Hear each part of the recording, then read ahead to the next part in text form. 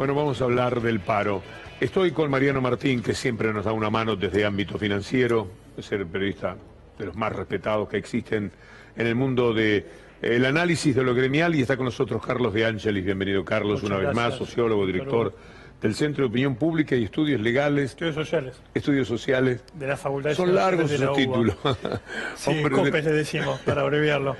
Vamos a presentar el informe y luego la palabra de ellos para desentrañar qué es lo que viene, porque ya estamos en el famoso el día siguiente al paro. Entonces, ¿ahora qué? Primero el informe. También querría hablar del paro de ayer, que siento que no paró el país, al contrario, que activó lo más importante que tenemos en discusión. Diría yo que fue un activador del cambio.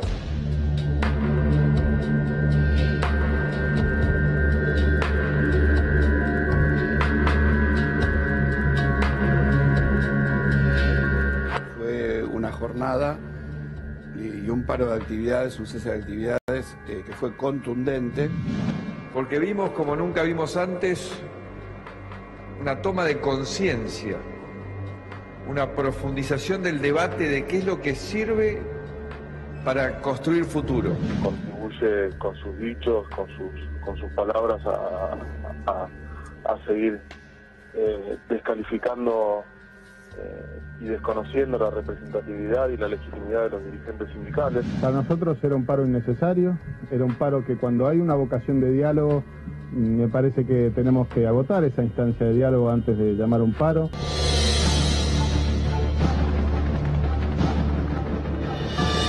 La valoración de un 1% más o un 2% más o menos de acatamiento es una banalización de la medida. Hay datos totalmente objetivos. Entran 3 millones de personas y 1 millón de autos todos los días a la ciudad. Y hoy entraron nada más que 1/3 de esos autos. Y las cosas que sigamos teniendo diferencias, ¿dónde las vamos a dirimir? En las elecciones. Podemos hablar horas de política económica, pero hay que adoptar una actitud clara frente a las cuestiones que golpean directamente a los trabajadores. Todo esto se traduce en despidos y debería haber una actitud muy clara para no permitir ya más despidos. Lo que han hecho con la liquidación de haberes ahora, hoy en la provincia de Buenos Aires, le han descontado, por supuesto no tenían que haber descontado los días de paro porque hay un fallo judicial, pero han descontado los días de paro, han descontado más de lo que correspondía. El camino nunca es la represión, nunca es la represión.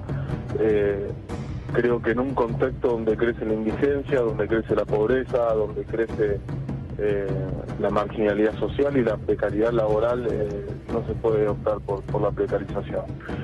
Pero bueno, eso también es un tema aparte y discutible. Y me parece algo positivo que sigamos debatiendo cuáles son las verdaderas herramientas que nos van a llevar a construir ese país que todos queremos. Y ese debate tiene que continuar, tiene que profundizarse, tiene que abonar a construir más diálogo. La planta de AGR Clarín hace 70 días que está ocupada después de un despido masivo de 400 trabajadores. General Motors tiene una situación similar. Ahora, el año pasado, cuando se votó en el Congreso una ley antidespidos, esperamos que la CGT resolviera un paro en rechazo al veto macrista y ese paro no llegó nunca. Vos tenés una posición, yo creo que inclusive los piquetes, no coincido con vos, de que ayudan, los piquetes son la discusión del día y no el efecto del paro. La cuestión de fondo que el gobierno no quiere discutir es que sus medidas económicas están deteriorando el poder de compra de los argentinos y la verdad es que los problemas no se han solucionado, por lo contrario se han empeorado respecto al gobierno anterior.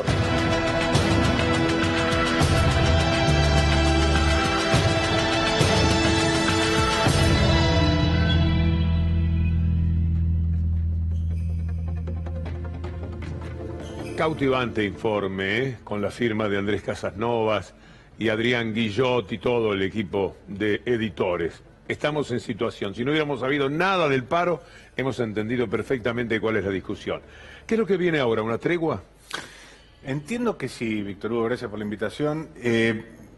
Casi te diría porque es inevitable e inherente a la condición de la CGT tal cual la conocemos y tal cual se ha comportado en las últimas décadas en Argentina. La vocación acuerdista, negociadora a ultranza, dialoguista, no se ha perdido. Por el contrario, esta nueva encarnación de la CGT con una conducción tripartita, donde ninguno ha alcanzado todavía un protagonismo tal como para desplazar a los otros dos y hacer que los otros sectores se encolumnen detrás de uno en particular, me parece que replica una saga que conocemos de la CGT, que es esta de la búsqueda de acuerdos a ultranza. Estos sectores que la componen y que hoy todavía la hegemonizan, que son los gordos de los grandes gremios de servicios, los independientes siempre cercanos al calor del poder. Y la otra clave, lo otro fundamental de esta CGT y que fue prácticamente el gran protagonista de este paro es los sindicatos del transporte.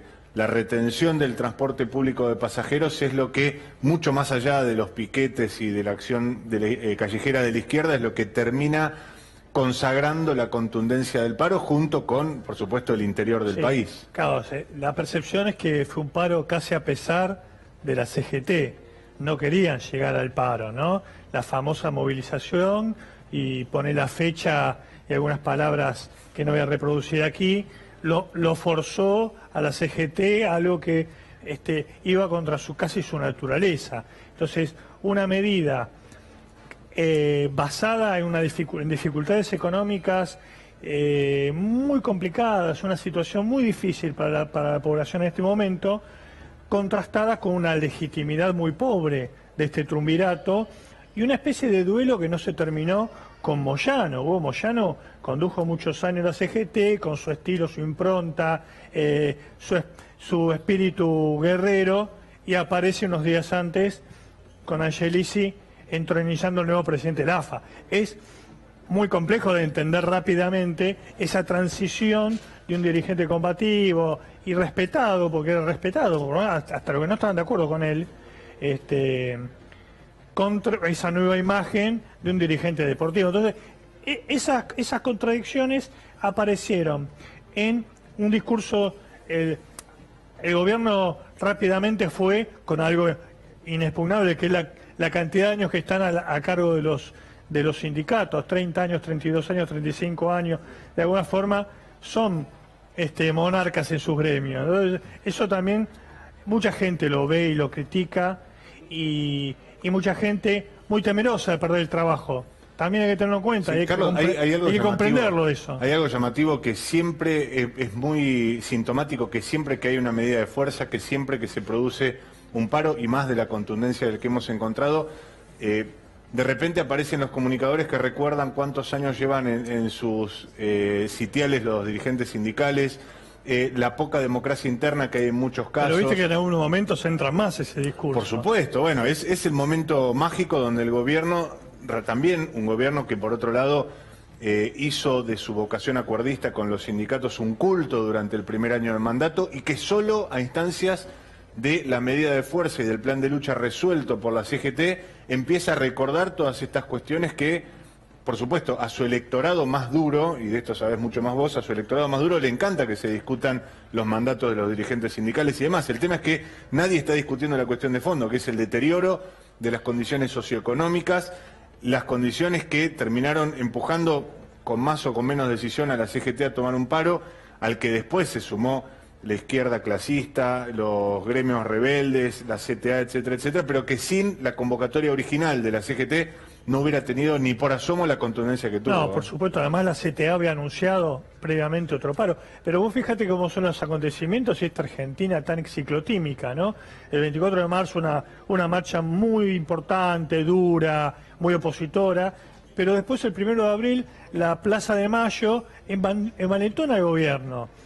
Y toma nuevo brío, y un poco el discurso de Macri, decir no hay plan B, lo que dice Triaca, también tiene que ver con esa, y dicen nos encontramos en las elecciones.